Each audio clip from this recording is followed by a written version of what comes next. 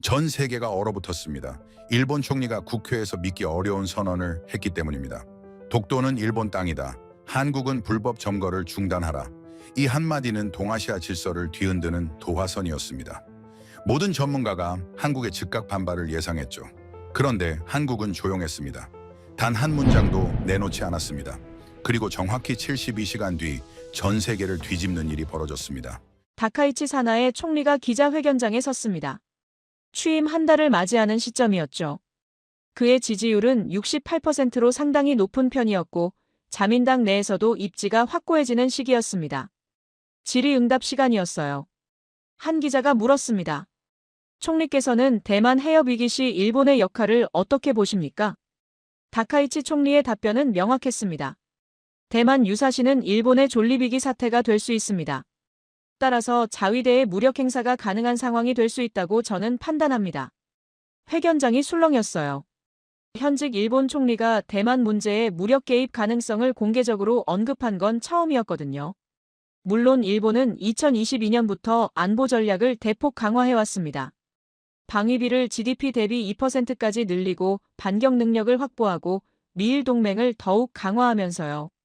하지만 말로 하는 건 다른 문제였습니다. 워싱턴에서 이 뉴스를 접한 건 같은 날 오전이었어요. 시차 때문에 우리는 도쿄보다 14시간 늦게 하루가 시작되니까요. 제 보좌관이 급하게 들어와서 태블릿을 건넸습니다. 부차관보님, 이거 보셔야 할 것 같습니다. 화면에는 일본 주요 언론들의 속보가 떠 있었어요. 저는 먼저 도쿄에 있는 우리 대사관에 연락했습니다. 현지 반응이 어때요? 자민당 내에서는 대체로 긍정적입니다. 드디어 일본이 제대로 된 목소리를 낸다는 분위기고요. 야당은 당연히 반발하고 있고요. 베이징 쪽 반응은? 아직 공식 입장은 없습니다. 다만 중국 외교부 대변인 브리핑이 3시간 뒤인데 거기서 뭔가 나올 것 같습니다. 저는 그날 오후 내내 중국 반응을 주시했어요. 베이징 시간으로 오후 3시, 마오닝 외교부 대변인이 정례 브리핑에 나섰습니다. 예상대로 첫 질문이 다카이치 총리 발언에 관한 거였죠. 마오닝의 표정이 굳어졌습니다. 그의 목소리는 평소보다 한 톤 낮았어요.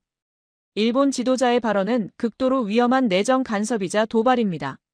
중국은 이에 대해 강력히 항의하며 일본 측이 즉각 잘못된 발언을 철회할 것을 촉구합니다. 여기까지는 예상 가능한 수준이었어요. 중국은 늘 이런 식으로 항의해왔으니까요. 하지만 다음 문장이 달랐습니다. 만약 일본이 무력으로 대만 해협 정세에 개입한다면 이는 명백한 침략 행위에 해당합니다. 모든 후과는 일본 측이 져야 할 것입니다. 모든 후과는 일본 측이 져야 한다.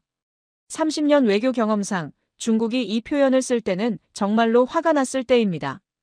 단순한 외교적 수사가 아니라 실제 조치를 준비한다는 신호거든요. 저는 즉시 국무장관 집무실로 향했습니다. 이 문제를 보고해야 했어요. 장관님, 중일 관계가 심각해질 수 있습니다. 다카이치가 왜 지금 저런 발언을 한 거지? 제 생각엔 2가지 이유가 있습니다. 첫째는 트럼프 대통령 당선인과의 관계 설정이에요. 트럼프가 대만 방어에 대해 애매한 입장을 보이고 있으니 일본이 먼저 확실한 의지를 보여서 미일 동맹의 가치를 입증하려는 거죠. 둘째는 내부 정치입니다. 지지율이 높을 때 강경 발언으로 보수층을 결집시키려는 거예요. 실제로 아사히 신문 여론조사를 보면 이 발언 이후 지지율이 1%포인트 올랐습니다. 장관이 고개를 끄덕였어요. 중국이 어떻게 나올 것 같나? 단계적으로 압박할 겁니다. 외교적 항해, 경제 제재, 군사 시위 순서대로요. 문제는 다카이치 내각에 중국과 파이프라인이 있는 인사가 거의 없다는 겁니다. 공명당은 연립에서 빠졌습니다. 그동안 중일 관계에서 완충 역할을 했던 친중파들이 다 사라진 거죠. 장관의 표정이 심각해졌어요. 그럼 이게 쉽게 해결될 문제가 아니란 얘긴가? 네, 제가 보기엔 양측 모두 물러설 명분이 없습니다. 그날 밤 저는 사무실에 늦게까지 남아서 베이징과 도쿄에서 올라오는 보고서들을 검토했습니다. 중국 관영 매체들이 일제히 다카이치를 비난하는 기사를 쏟아내고 있었어요. 환구시보는 당나귀에게 머리를 걷어차였냐는 표현까지 썼습니다. 인민일보는 더 직설적이었어요. 일본이 대만 문제에 개입한다면 일본 본토가 전장이 될 것이라고 경고했죠. 하지만 도쿄의 반응은 의외로 침착했습니다. 다음 날 기하라 관방장관은 정례 브리핑에서 이렇게 말했어요. 총리의 개인 의견일 뿐 정부의 공식 입장이 바뀐 건 아닙니다. 진화에 나선 거죠. 하지만 이미 늦었습니다. 금요일 베이징 시간 밤 11시. 주중 일본 대사관으로 한 통의 전화가 걸려왔습니다. 중국 외교부였어요. 다리오 도시카즈 대사께서 지금 당장 외교부로 오셔야 합니다. 심야 긴급 소환이었습니다. 외교 관례상 이건 극도로 이례적인 조치예요. 보통은 업무 시간에 대사를 부르거나 아무리 급해도 오전에 통보하는 게 일반적이거든요. 밤 11시에 대사를 부른다는 건 상대방에게 굴욕감을 주려는 의도가 있다는 뜻입니다. 다리오 대사가 외교부 청사에 도착한 건 자정 직전이었어요. 그를 맞이한 건 천강 부부장이었습니다. 외교부 서열 2위죠. 회담 내용은 다음 날 아침 우리 대사관을 통해 입수했습니다. 천 부부장의 발언은 극도로 강경했어요. 다카이치 총리의 발언은 극도로 위험한 내정 간섭이자 도발입니다. 중국 정부는 이를 결코 좌시하지 않을 것입니다. 다리오 대사가 답변을 시작하려고 했지만 천 부부장이 손을 들어 막았다고 해요. 우리는 설명을 듣기 위해 대사님을 부른 게 아닙니다. 일본 정부의 명확한 입장 철회를 요구합니다. 회담은 15분 만에 끝났습니다. 일방적인 통보였죠. 다음 날 저는 도쿄 주재 미국 대사관의 정무공사와 화상회의를 했습니다. 데이비드, 어젯밤 일본 대사 소환 건 들었어요? 네, 아침에 바로 보고받았습니다. 다리오 대사가 상당히 당혹스러워했다고 하더군요. 일본 정부 반응은 공식적으로는 유감이라고만 했습니다. 하지만 비공식적으로는 자민당 내 강경파들은 오히려 이걸 국내 정치에 활용하고 있습니다. 중국의 위협을 강조하면서 방위력 강화를 정당화하는 거죠. 그럼 발언 철회는 없을 겁니다. 다카이치 총리 지지율이 오히려 올랐거든요. 69%까지 올라갔어요. 저는 한숨을 쉬었습니다. 양측 모두 물러설 생각이 없다는 게 명확해졌어요. 그런데 바로 그날 오후 중국의 첫 번째 실질적 조치가 나왔습니다. 주일 중국 대사관이 공지를 냈어요. 중국 국민은 가까운 시일 내 일본 방문을 신중하게 고려하고 이미 일본에 있는 중국인은 현지 치안 상황을 주시하라는 내용이었습니다. 사실상의 일본 여행 자제 권고였죠. 제 보좌관이 급히 자료를 가져왔어요. 부차관보님, 2023년 통계를 보면 중국인 일본 관광객이 연간 243만 명입니다. 이게 막히면 일본 관광업계에 타격이 상당할 겁니다. 이게 시작이야. 저는 곧바로 경제 담당 부서에 연락했습니다. 중국이 다음에 뭘 할 것 같나요? 경제 담당 차석이 답했어요. 2010년 센카쿠 충돌 때를 보면 다음은 수산물일 겁니다. 그 다음이 히토류나 기술 부품 같은 전략 물자고요. 일본 측 대비는 거의 안 되어 있습니다. 특히 수산물 수출은 일본 어업의 생명줄이거든요. 실제로 이틀 뒤인 예상이 적중했습니다. 중국 해관총서가 공지를 냈어요. 일본산 수산물에 대한 검역을 대폭 강화한다는 내용이었습니다. 공식적인 이유는 식품안전관리 강화였지만 누가 봐도 정치적 보복이었죠. 흥미로운 건 타이밍이었어요. 불과 2주 전인 11월 5일에 중국이 일본산 수산물 수입을 2년 만에 재개했었거든요. 2023년 후쿠시마 원전 오염수 방류 이후 전면 금지했던 걸 풀어준 거였어요. 그런데 재개한 지 겨우 2주 만에 다시 사실상 금지 조치를 취한 겁니다. 저는 도쿄 대사관에 지시했어요. 일본 수산업계 반응을 파악해서 보고해주세요. 몇 시간 뒤 보고서가 올라왔습니다. 일본 수산물 수출업체들이 패닉 상태라는 내용이었어요. 중국은 일본 수산물 수출의 약 22%를 차지하는 시장이었거든요. 특히 가리비, 성게 같은 고급 수산물은 중국 의존도가 더 높았습니다. 한 수출업체 대표의 인터뷰가 인상적이었어요. 우리는 2년 동안 중국 시장 복귀를 기다렸습니다. 11월 5일에 첫 화물을 보낼 때 정말 기뻤어요. 그런데 이제 다시 원점으로 돌아갔습니다. 아니, 더 나빠졌어요. 이번엔 언제 풀릴지 전혀 예측할 수 없으니까요. 하지만 이건 시작에 불과했습니다.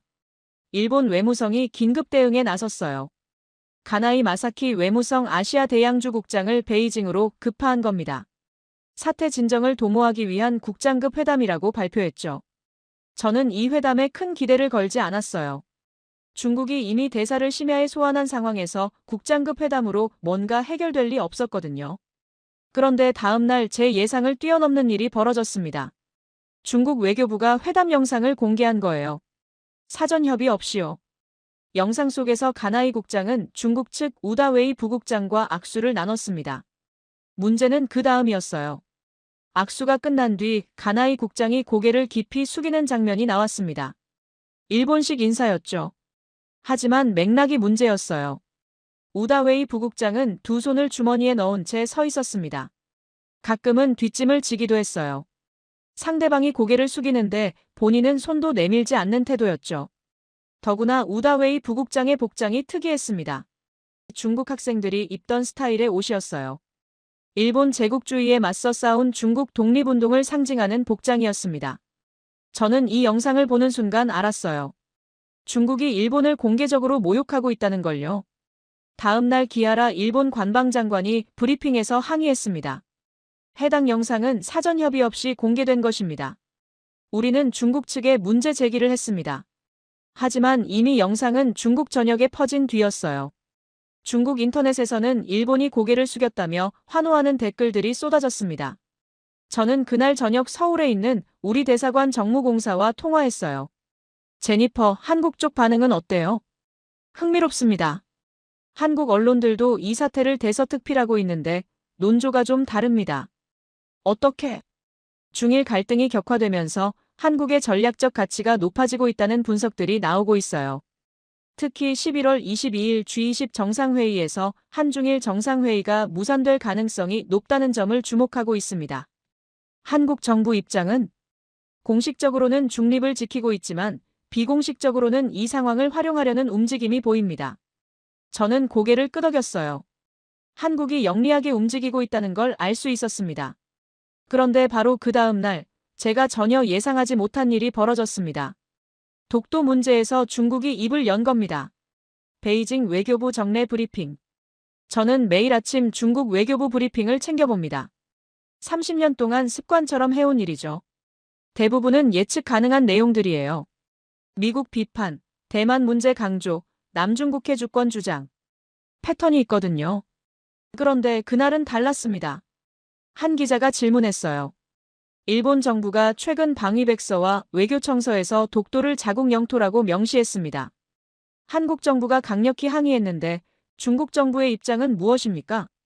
중국이 독도 문제에 대해 뭐라고 답할지 궁금했어요. 보통은 관련국들이 대화를 통해 해결하길 바란다는 식의 중립적 답변을 하거든요.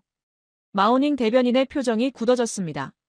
일본의 악성 언행은 주변국의 경계심, 불만, 항의를 불러일으켰습니다. 저는 순간 귀를 의심했어요. 악성 언행이라고요? 마오닝은 계속했습니다. 일본은 침략 역사를 제대로 반성하지 않고 있습니다. 영토 문제에서 도발적인 주장을 반복하는 것은 지역 평화와 안정에 도움이 되지 않습니다. 이건 명백히 한국 편을 드는 발언이었어요. 저는 즉시 리와인드를 눌러서 다시 들었습니다. 제가 잘못 들은 게 아닐까 싶어서요. 하지만 분명했습니다. 중국 외교부가 독도 문제에서 일본을 비판하고 한국을 간접적으로 지지한 겁니다. 이 일을 하면서 이런 건 처음 봤어요. 저는 곧바로 서울 대사관에 연락했습니다. 제니퍼, 방금 중국 외교부 브리핑 봤어요? 네, 저도 실시간으로 봤습니다. 믿기지가 않네요. 한국 정부 반응은? 아직 공식 입장은 없지만 청와대 관계자들이 긴급 회의를 하고 있다고 합니다. 이걸 어떻게 활용할지 논의 중인 것 같아요.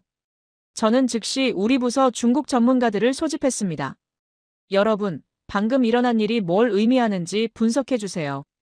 제일 먼저 입을 연 건 20년 경력의 중국 담당 선임 연구관 데이비드 김이었어요.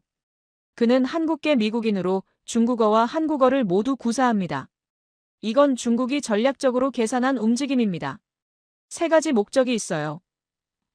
첫째는 일본을 완전히 고립시키는 겁니다. 독도 문제는 한일 간 가장 민감한 이슈잖아요. 중국이 여기서 한국 편을 들면 일본은 동북아시아에서 사실상 외톨이가 됩니다. 둘째는 한국을 중국 쪽으로 끌어당기는 겁니다. 이재명 정부가 출범하면서 실용 외교를 강조하고 있는데 중국이 독도 문제에서 지지를 보냄으로써 한국의 호감을 사는 거죠. 셋째는 미국을 곤란하게 만드는 겁니다. 데이비드가 저를 똑바로 쳐다봤어요. 우리는 한국과 일본 모두와 동맹 관계입니다. 독도 문제에서 어느 한쪽 편을 들 수가 없어요. 그런데 중국이 한국 편을 들면서 한일 관계가 더 악화되면 우리 입장이 난처해집니다. 동맹 두 나라가 싸우는 걸 중재해야 하는 상황이 되는 거죠. 저는 고개를 끄덕였습니다. 정확한 분석이었어요. 그런데 한 가지 더 있습니다. 젊은 분석관 에밀리가 손을 들었어요. 중국 내부 포털 사이트들과 AI 서비스들을 모니터링했는데요. 최근 들어 독도는 어느 나라 땅인가라는 질문에 대해 한국이라고 답하는 사례가 급증했습니다. 언제부터? 정확히는 11월 초부터입니다. 다카이치 총리 발언 직후부터예요. 중국이 체계적으로 일본을 압박하고 있었어요. 경제 제재, 외교적 모욕, 그리고 이제는 한국 카드까지 꺼내든 겁니다. 그날 오후 도쿄에서 긴급 보고가 들어왔습니다. 일본 외무성이 중국 외교부 발언에 대해 항의했습니다.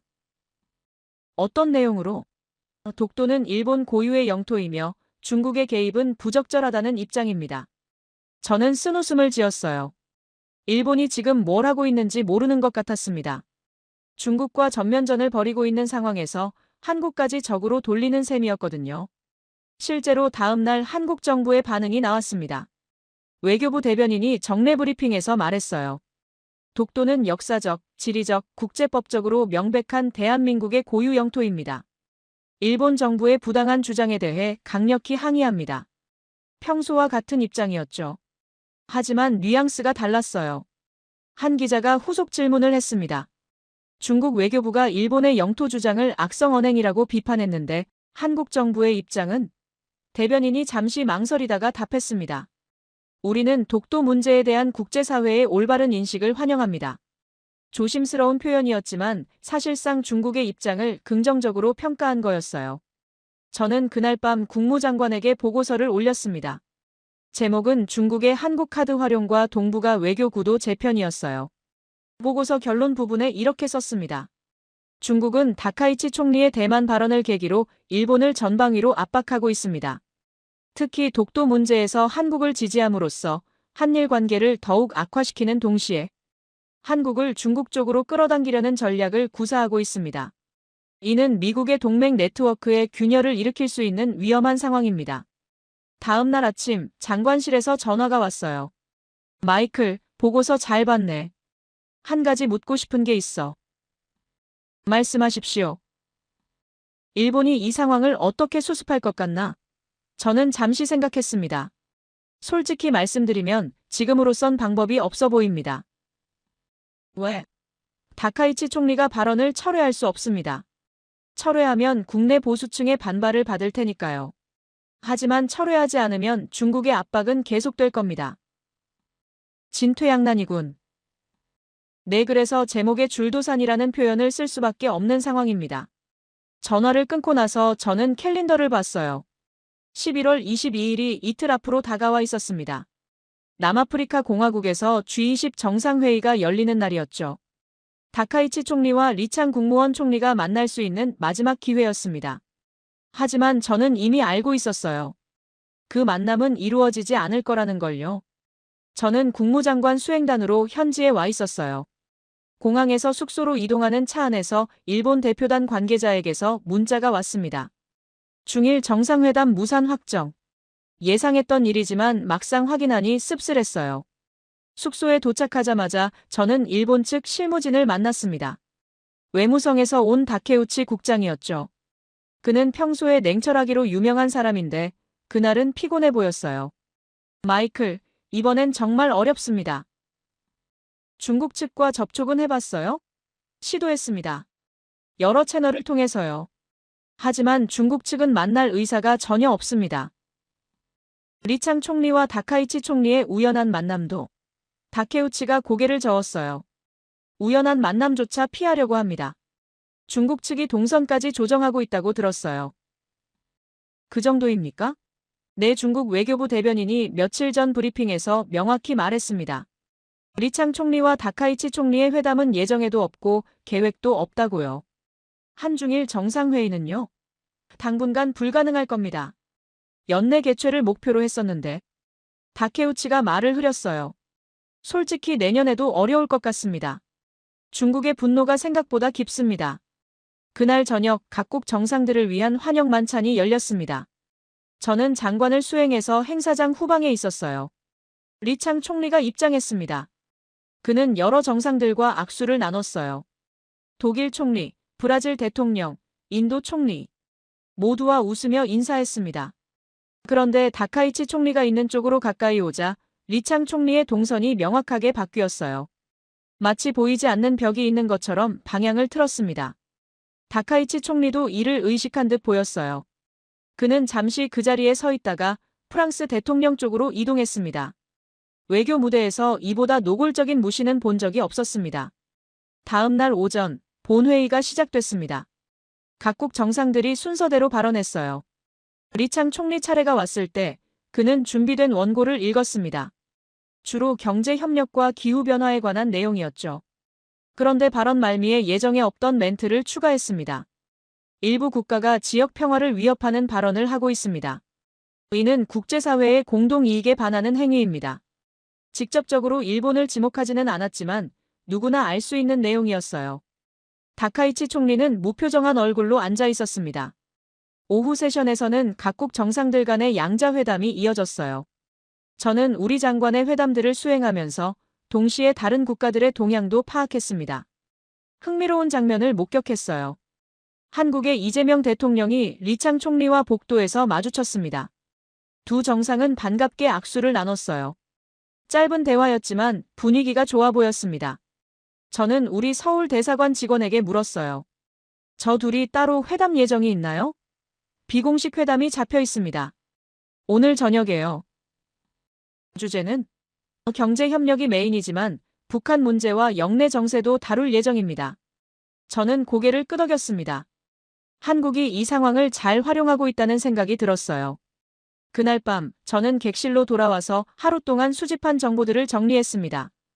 첫째, 중일 정상회담은 완전히 무산됐습니다. 우연한 만남조차 차단됐죠. 둘째, 한중일 정상회의는 연내는 물론 내년에도 어려울 전망이었습니다. 셋째, 중국은 일본을 공개적으로 무시하면서도 한국과는 적극적으로 관계를 강화하고 있었습니다. 넷째, 일본은 이 상황에서 사실상 아무것도 할 수 없는 상태였습니다. 다음 날 회의 마지막 날, 공동성명 채택 과정에서 또 한 번의 충돌이 있었습니다. 중국이 제안한 문구 중에 영내 평화와 안정을 위협하는 일방적 군사행동에 반대한다는 내용이 있었어요. 명백히 일본을 겨냥한 표현이었습니다. 일본 측이 강력히 반발했죠. 하지만 중국은 물러서지 않았습니다. 결국 의장국인 남아공이 중재에 나서서 문구를 수정했어요. 영내 모든 당사국이 대화와 협력을 통해 평화를 유지해야 한다는 애매한 표현으로 바뀌었습니다. 하지만 과정 자체가 일본에게는 굴욕이었어요. 회의가 끝나고 공항으로 가는 길에 저는 다케우치 국장과 다시 만났습니다. 마이클, 솔직히 물어봅시다. 미국은 우리를 도와줄 수 있습니까? 저는 잠시 망설였어요. 그에게 솔직하게 말해야 할지 고민됐습니다. 다케우치 씨, 이건 제 개인적 의견입니다. 듣고 싶습니다. 우리는 일본의 동맹국입니다. 하지만 이번 사안은 일본이 스스로 만든 문제입니다. 다카이치 총리가 중국의 핵심 이익을 건드렸어요. 우리가 개입하면 미중 관계까지 악화될 수 있습니다. 다케우치의 표정이 굳어졌습니다. 그럼 일본은 혼자서 이 상황을 해결해야 한다는 말씀입니까? 해결책은 간단합니다. 다카이치 총리가 발언을 철회하거나 적어도 표현을 완화하면 됩니다. 그건 정치적으로 불가능합니다. 그럼 중국의 압박을 견뎌야죠. 다케우치가 긴 한숨을 쉬었어요. 1972년 수교 이후 53년간 중일 관계가 이렇게까지 나빠진 적은 없었습니다. 저도 압니다. 최악은 이게 시작일 뿐이라는 겁니다. 중국이 다음에 뭘 할지 모릅니다. 저는 대답하지 않았습니다. 사실 저도 같은 생각이었거든요. 비행기 안에서 저는 보고서를 작성했습니다. 제목은 G20에서 드러난 일본의 고립과 향후 전망이었어요. 보고서 마지막 부분에 이렇게 썼습니다. 일본은 현재 진퇴양난의 상황에 처해 있습니다.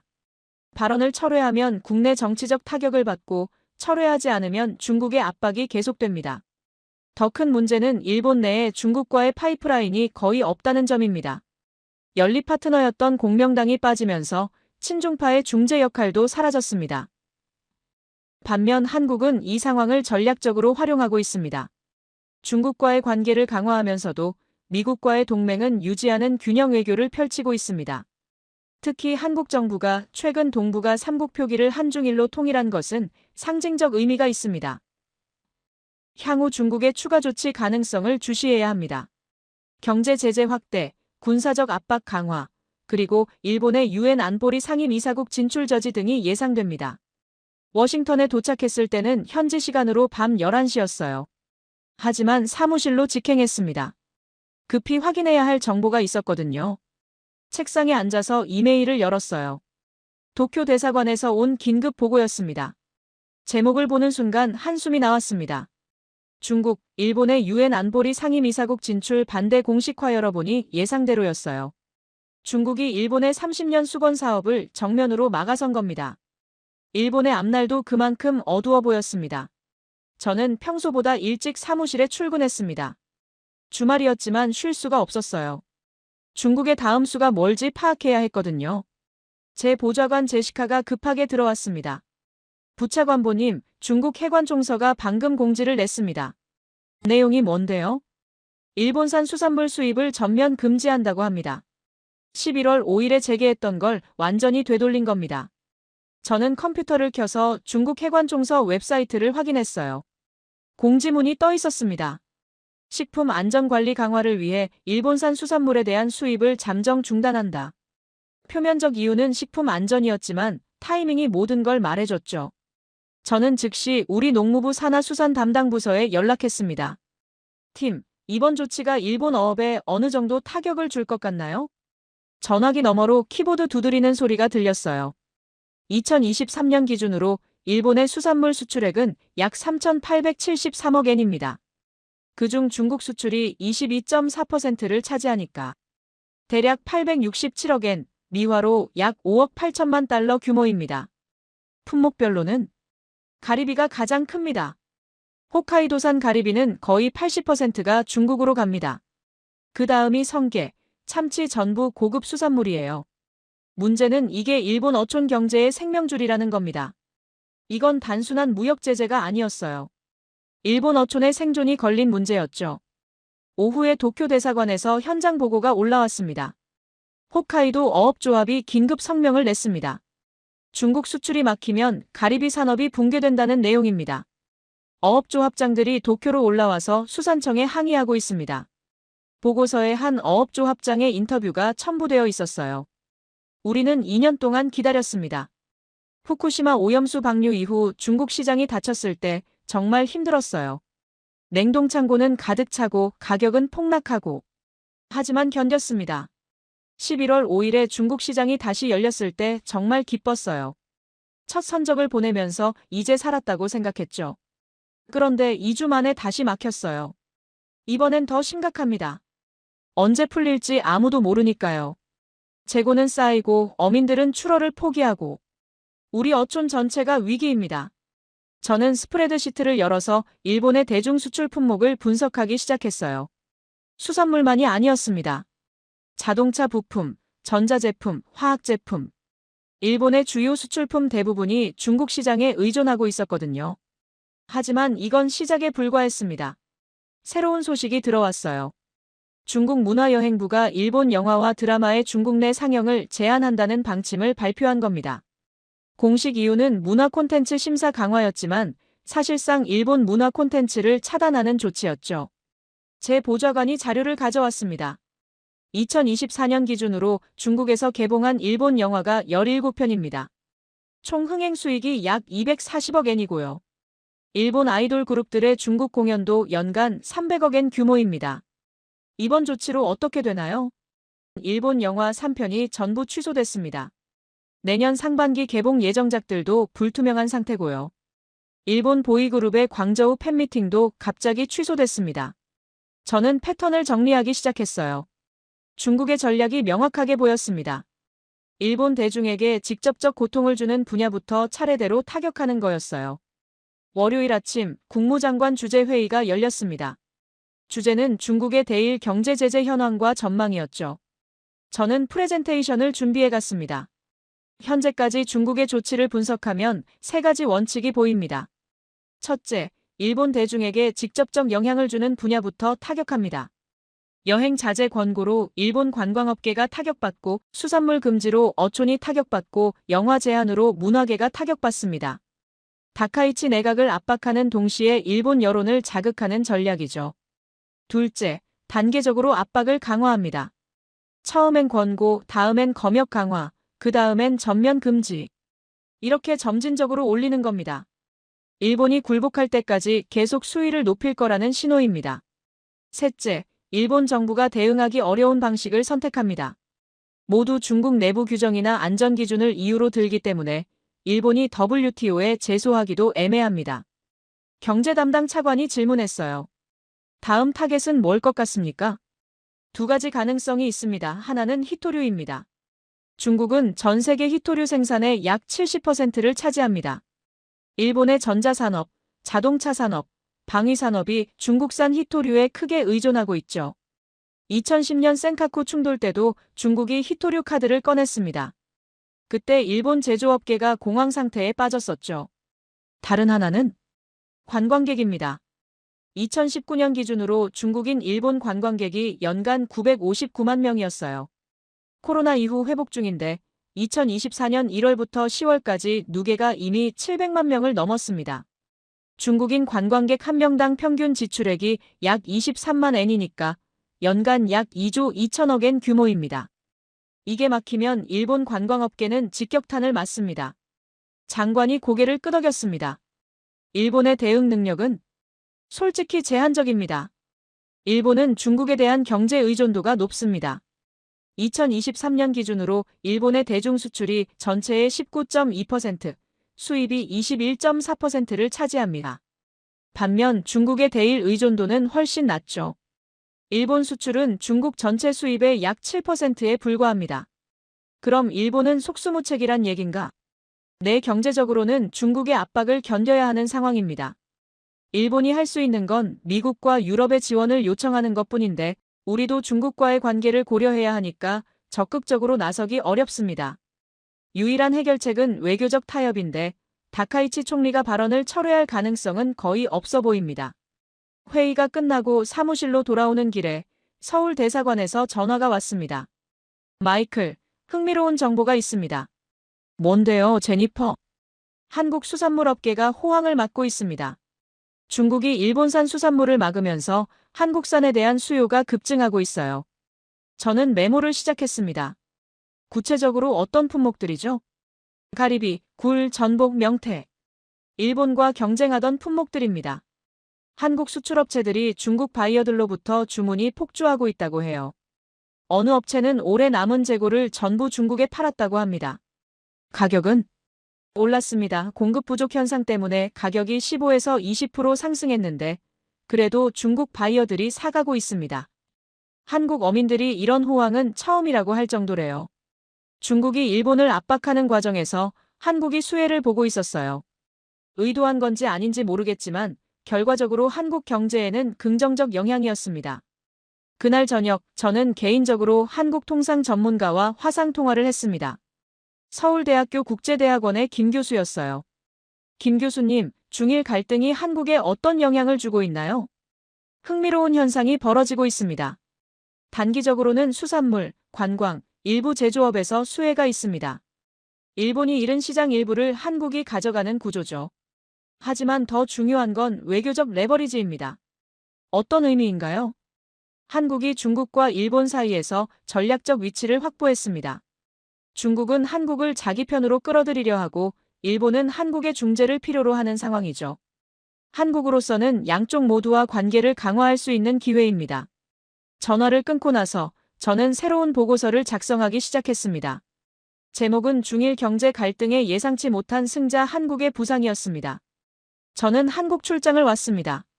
국무장관의 지시였어요. 한국 정부의 입장을 직접 파악하고 오라는 거였죠. 인천공항에 도착해서 서울 시내로 이동하는 차 안에서 제니퍼 정무공사가 브리핑을 해줬습니다. 어제 한국 외교부가 공식 발표를 했습니다. 동북아 3국 표기를 한중일로 통일한다고요. 전임 정부 때는 혼용했습니다. 한일중과 한중일을 상황에 따라 바꿔가며 썼죠.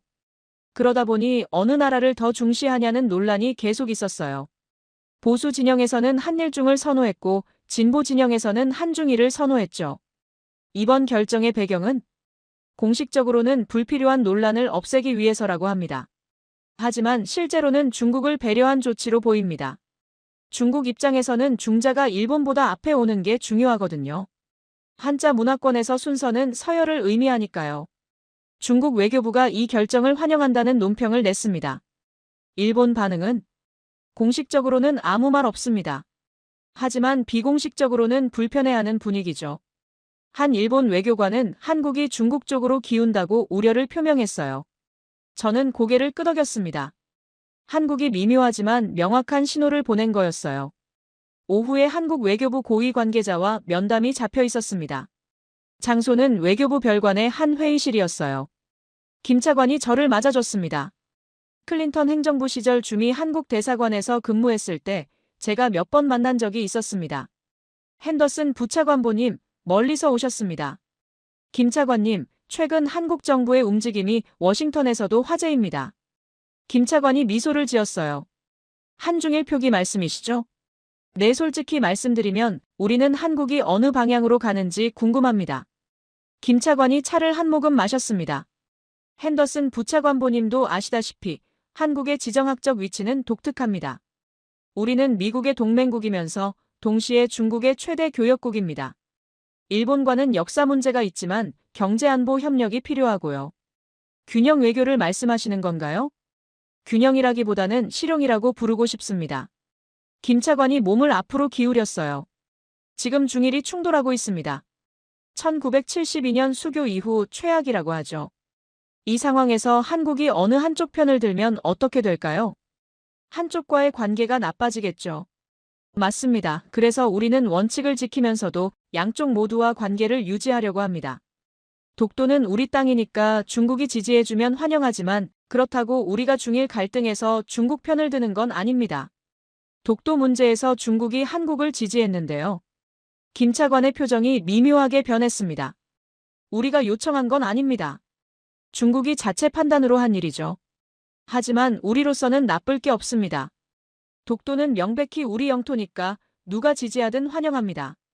일본은 어떻게 생각할까요? 일본이 독도를 자기네 땅이라고 오기는 한 우리는 국제사회의 어떤 지지도 환영합니다. 설령 그게 중국이라 해도요. 이건 원칙의 문제입니다. 한국의 입장이 명확했어요. 한중일 표기는 중국에 대한 메시지인가요? 김 차관이 잠시 생각하다가 답했습니다. 여러 의미가 있습니다. 중국에 대한 배려도 있고 국내 소모적 논란 종식도 있고. 하지만 가장 중요한 건 이겁니다. 우리는 지금 변화하는 동북아 질서에 적응하고 있습니다. 중국이 강해지고 미국이 인도태평양에 집중하고 일본이 보통 국가화를 추진하는 상황에서 한국은 살아남아야 합니다. 아니, 살아남는 것을 넘어서 번영해야 합니다. 살아남기 위해서는 모두와 친해야 합니다. 미국과는 동맹을 유지하고 중국과는 경제를 키우고 일본과는 필요한 협력을 하고. 그게 우리가 살 길입니다. 과거 정부들이 어느 한쪽에 올인하다가 실패한 사례를 우리는 봤습니다. 면담이 끝나고 나오는 길에 저는 제니퍼에게 물었습니다. 한국 국민들 반응은 어때요? 흥미롭습니다. 여론조사를 보면 한중일 표기 통일에 대해 63%가 찬성합니다. 불필요한 논란이 사라져서 좋다는 반응이 대부분이죠. 특히 젊은 층에서 지지율이 높습니다. 일본에 대한 감정은 복잡합니다. 독도 문제와 역사 문제에서는 여전히 강경하지만 일본 대중문화는 좋아하고 일본 여행도 많이 가고 애증의 관계라고 할까요? 하지만 확실한 건 한국 국민들이 실용적으로 변했다는 겁니다. 다음 날 저는 청와대에서 열린 비공식 간담회에 참석했습니다. 한미 양국 외교안보 전문가들이 모인 자리였어요. 한국 측 국가안보실 차장이 발표를 했습니다. 현재 동북아 정세를 보면 세 가지 변수가 있습니다. 중일 갈등, 북한 핵 문제, 그리고 미국의 대중 전략입니다. 한국은 이 세 변수 모두에 관련되어 있습니다. 중일 갈등에서는 중립을 지키면서도 실익을 챙기고 북핵 문제에서는 미국과 협력하고 대중 전략에서는 과도하게 편승하지 않는. 이게 우리 전략의 핵심입니다. 질의응답 시간에 제가 손을 들었어요. 중국이 독도 문제에서 한국을 지지한 건 한국을 자기 편으로 만들려는 시도 아닌가요? 한국이 이용당하는 건 아닙니까? 국가안보실 차장이 고개를 끄덕였습니다. 물론 그런 의도가 있을 겁니다. 중국은 한일 관계를 악화시켜서 미국의 동맹 네트워크에 균열을 일으키려 하죠. 하지만 우리는 독도 지지와 전반적인 한중 관계를 분리해서 봅니다. 독도는 우리 영토니까 누가 지지하든 환영하지만 그렇다고 우리가 중국 편에 서는 건 아닙니다. 그럼 미국은요? 미국 입장에서는 한국이 중국 쪽으로 기우는 것처럼 보일 수 있는데요. 차장이 잠시 저를 쳐다봤습니다. 핸더슨 부차관보님, 솔직히 말씀드리겠습니다. 한국은 미국의 동맹국입니다. 그건 변하지 않습니다. 한미동맹은 70년 역사를 가진 혈맹이에요. 하지만 우리가 미국 동맹국이라고 해서 중국과의 관계를 포기할 수는 없습니다. 중국은 우리 최대 교역국입니다. 2024년 기준으로 한중 교역액이 약 2,400억 달러입니다. 한국 전체 교역의 약 21%입니다. 이걸 무시하고 외교를 할 수 없어요. 미국도 중국과 연간 7,500억 달러를 교역하지 않습니까? 저는 고개를 끄덕였습니다. 한국의 딜레마가 이해됐어요. 안보는 미국, 경제는 중국. 이 균형을 유지하는 게 한국 외교의 핵심이었습니다.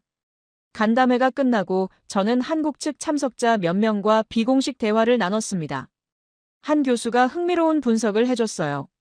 지금 중일이 싸우는 상황은 한국에게 일생일대의 기회입니다. 평소 같으면 한국이 중국과 가까워지면 일본이 견제하고 일본과 가까워지면 중국이 불편해했을 텐데요. 하지만 지금은 중국과 일본이 서로한테 정신이 팔려 있습니다. 한국은 양쪽 모두와 관계를 개선할 수 있는 공간이 생긴 거죠. 중국하고는 경제 협력을 강화하고 일본하고는 안보 협력을 유지하고 누구한테도 전적으로 기대지 않으면서 양쪽 모두에게 필요한 파트너가 되는 겁니다. 저녁에 호텔로 돌아와서 저는 하루 동안 수집한 정보를 정리했습니다. 한국의 전략이 명확하게 보였어요. 첫째, 원칙은 지킨다. 독도는 한국 땅이고 이건 협상 대상이 아니다. 둘째, 실리는 챙긴다. 중국이 지지해주면 환영하고 경제 협력도 강화한다. 셋째, 균형은 유지한다. 미국 동맹은 흔들리지 않고 일본과도 필요한 협력은 한다. 넷째, 상징을 활용한다. 한중일 표기로 중국에 우호적 신호를 보낸다. 저는 보고서를 작성하기 시작했습니다. 한국은 현재 동북아에서 가장 영리하게 움직이고 있는 국가입니다. 중일 갈등이라는 위기 상황을 오히려 기회로 활용하고 있죠. 한중일 표기 통일은 작은 조치처럼 보이지만 외교적으로는 큰 의미가 있습니다. 중국에게는 우리가 당신을 존중한다는 메시지를, 일본에게는 독도 문제에서 더 신중하라는 경고를, 미국에게는 우리도 선택권이 있다는 신호를 동시에 보낸 겁니다. 더 중요한 건 한국 국민들의 지지입니다. 63%가 이 결정을 지지한다는 건 한국 사회가 실용 외교에 대한 컨센서스를 갖고 있다는 뜻입니다. 과거처럼 이념이나 감정이 아니라 국익을 기준으로 판단하는 성숙함을 보여주고 있습니다. 다음 날 아침, 워싱턴으로 돌아가는 비행기를 타기 전에 제니퍼와 조찬 미팅을 했습니다. 제니퍼, 한국이 지금 하고 있는 게 위험하지 않나요? 어떤 의미에서요? 양다리를 걸치는 건 언젠가 실패할 수 있잖아요. 미중이 본격적으로 충돌하면 한국도 결국 선택해야 할 텐데요. 그 질문을 어제 한국 외교부 관계자한테 했어요. 뭐래요? 이렇게 답하더군요. 그때 가서 선택하면 되죠. 지금은 선택할 시점이 아닙니다. 그리고 우리가 너무 일찍 선택하면 레버리지를 잃습니다. 한국은 작은 나라지만 지정학적으로 중요한 위치에 있어요. 그게 우리의 힘입니다. 정말 영리하네요. 한국 외교가 성숙해진 겁니다. 과거에는 감정적으로 대응했다면 이제는 전략적으로 계산하고 있어요. 30년 전만 해도 상상하기 어려운 모습입니다. 비행기 안에서 저는 창밖을 바라봤습니다. 서울이 점점 작아지고 있었어요. 30년 외교 경력 동안 저는 한국을 여러 번 봤습니다. 때로는 혼란스러웠고, 때로는 감정적이었고, 때로는 불안정했죠. 하지만 지금 한국은 달랐습니다. 냉정하고 계산적이고 전략적이었어요. 중일이 서로 싸우는 동안 한국은 조용히 자기 길을 가고 있었습니다. 그리고 그 길은 성공적으로 보였습니다. 서울에서 돌아온 지 이틀째 되는 날, 제 사무실로 긴급 보고가 들어왔습니다. 인도태평양 사령부에서 온 군사정보였어요. 부차관보님, 센카쿠 열도 주변 해역에서 중국 해경 활동이 급증하고 있습니다. 저는 즉시 스크린을 켰습니다. 센카쿠 열도 주변에 중국 해경 선박들이 밀집해 있었습니다. 몇 척입니까? 현재 12척이 확인됩니다. 평소에는 3, 4척 정도인데 이번 주 들어서 갑자기 늘어났습니다. 더 문제는 이 중 6척이 1만 톤급 이상의 대형 해경함정이라는 겁니다. 저는 데이터를 확인했어요. 중국 해경은 세계 최대 규모입니다. 특히 최근 몇 년간 대형 함정을 대거 건조하면서 사실상 해군에 준하는 전력을 갖추고 있었죠. 일본 측 대응은 해상보안청 순시선 8척을 배치했습니다. 하지만 중국 함정들이 더 크고 많습니다.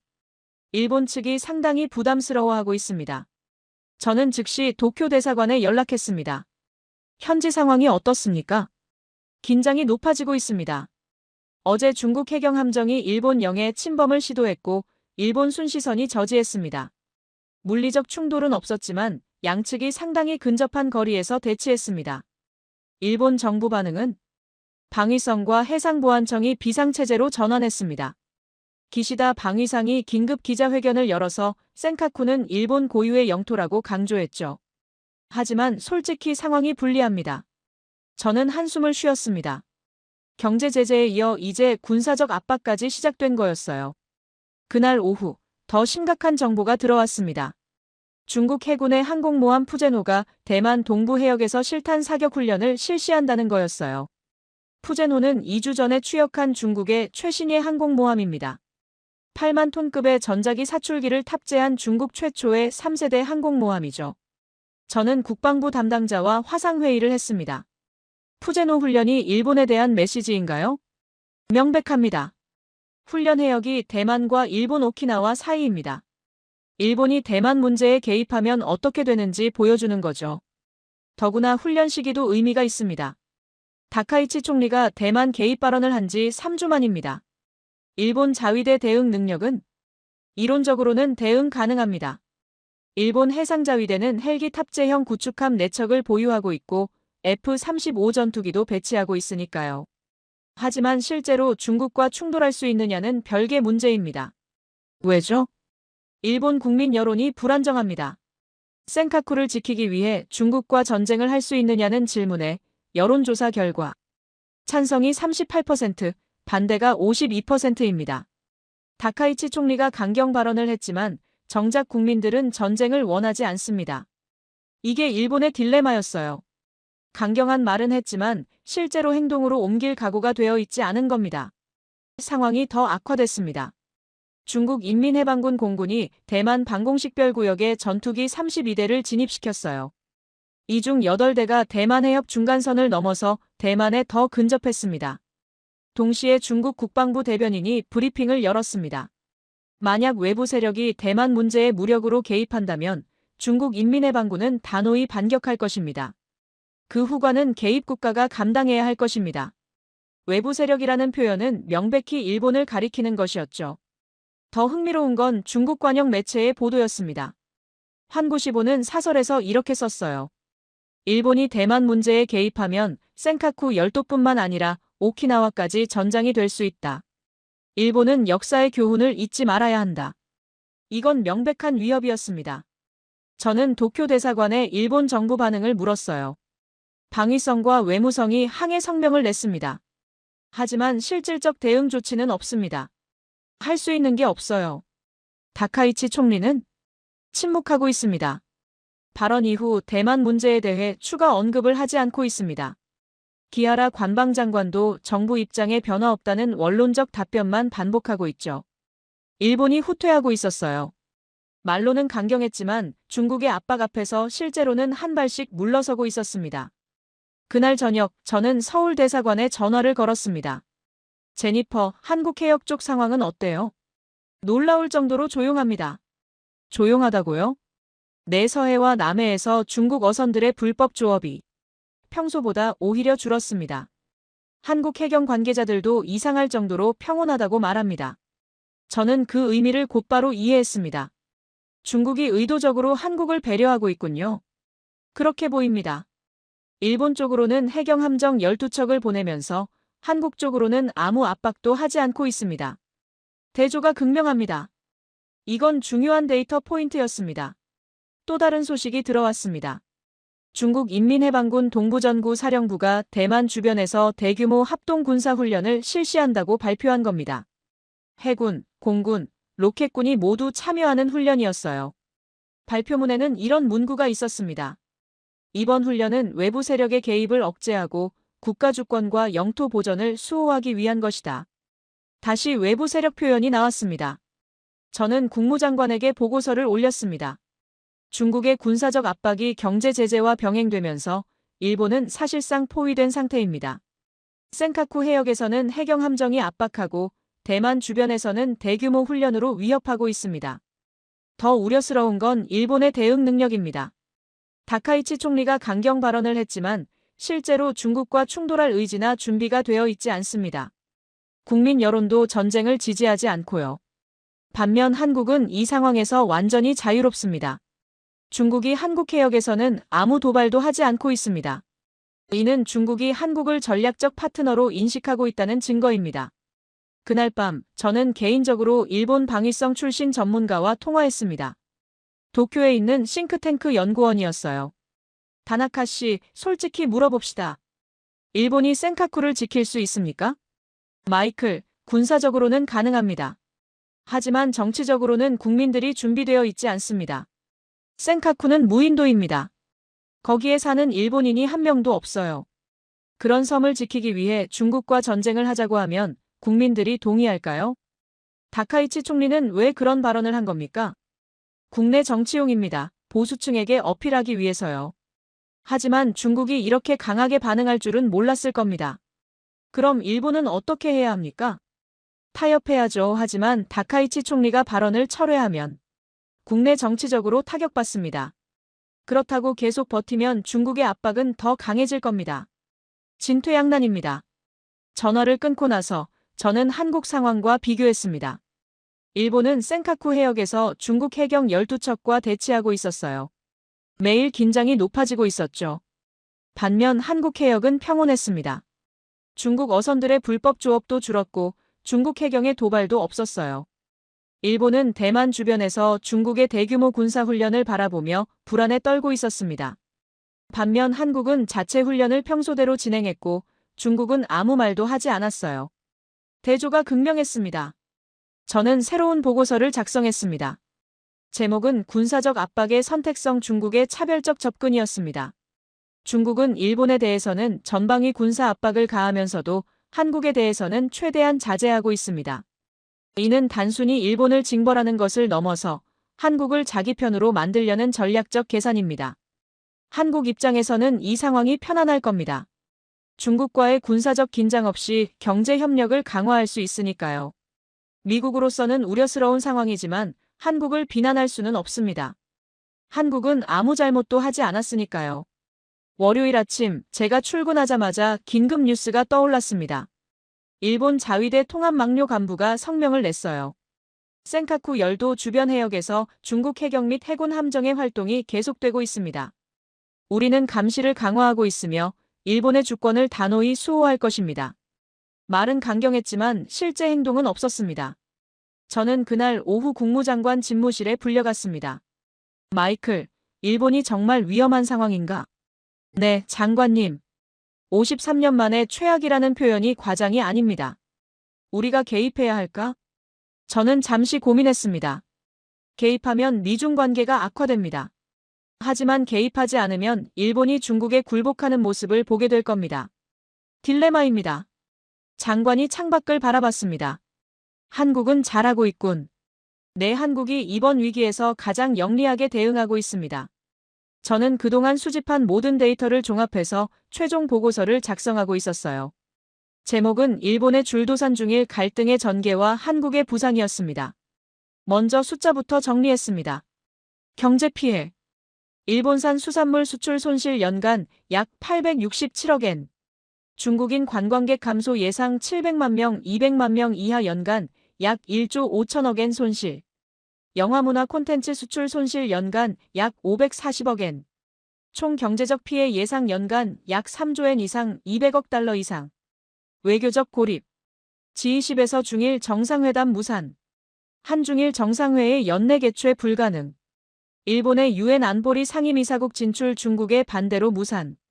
주요 국제 무대에서 일본의 영향력 약화. 군사적 압박. 센카쿠 해역 중국 해경 함정 3-4척에서 12척 3배 증가. 중국 전투기의 일본 방공식별구역 진입 전월 대비 85% 증가. 여론 변화. 숫자가 모든 걸 말해줬습니다. 일본은 한 달 만에 경제적으로 막대한 손실을 입었고 외교적으로 고립됐고 군사적으로 압박받고 국내 여론마저 악화됐습니다. 반면 한국의 상황은 어땠을까요? 저는 서울 대사관에서 받은 자료를 펼쳤습니다. 한국의 경제적 수혜. 대중수산물 수출 증가 전월 대비 24% 상승. 중국인 한국 관광객 전년 대비 18% 증가 일본 대신 한국 선택. 한중 교역액 11월 기준 전월 대비 7% 증가. 한국의 외교적 성과. 한중일 표기 통일로 중국과 관계 개선. 독도 문제에서 중국의 지지 확보. 미국 동맹 유지하면서 중국과도 협력 강화. 중일 갈등 속에서 중재자 역할 가능성 확보. 대조가 극명했습니다. 저는 보고서에 이렇게 썼습니다. 지난 한 달간 동북아시아에서 가장 큰 패자는 일본이고 가장 큰 승자는 한국입니다. 일본은 다카이치 총리의 한 번의 발언으로 인해 중국과의 전면적 충돌에 빠졌습니다. 1972년 중일 수교 이후 53년 만에 최악의 관계입니다. 경제적 손실은 연간 200억 달러 이상으로 추산되고 외교적으로는 고립됐으며 군사적으로는 센카쿠에서 매일 압박받고 있습니다. 더 심각한 건 출구 전략이 없다는 점입니다. 다카이치 총리가 발언을 철회하면 국내 정치적으로 타격받고 철회하지 않으면 중국의 압박은 계속됩니다. 게다가 일본 내각에는 중국과 파이프라인이 있는 인사가 거의 없습니다. 공명당이 연립에서 빠지면서 친중파의 중재 역할도 사라졌죠. 반면 한국은 이 위기를 기회로 만들었습니다. 한국은 3가지 측면에서 승리했습니다. 첫째, 경제적으로 실익을 챙겼습니다. 일본이 잃은 중국 시장의 일부를 한국이 가져갔습니다. 수산물, 관광, 일부 제조업에서 한국 기업들이 수혜를 봤죠. 둘째, 외교적으로 레버리지를 확보했습니다. 한중일 표기 통일이라는 상징적 조치로 중국의 호감을 샀고 독도 문제에서는 중국의 지지까지 얻었습니다. 동시에 미국과의 동맹은 흔들리지 않았습니다. 완벽한 균형 외교입니다.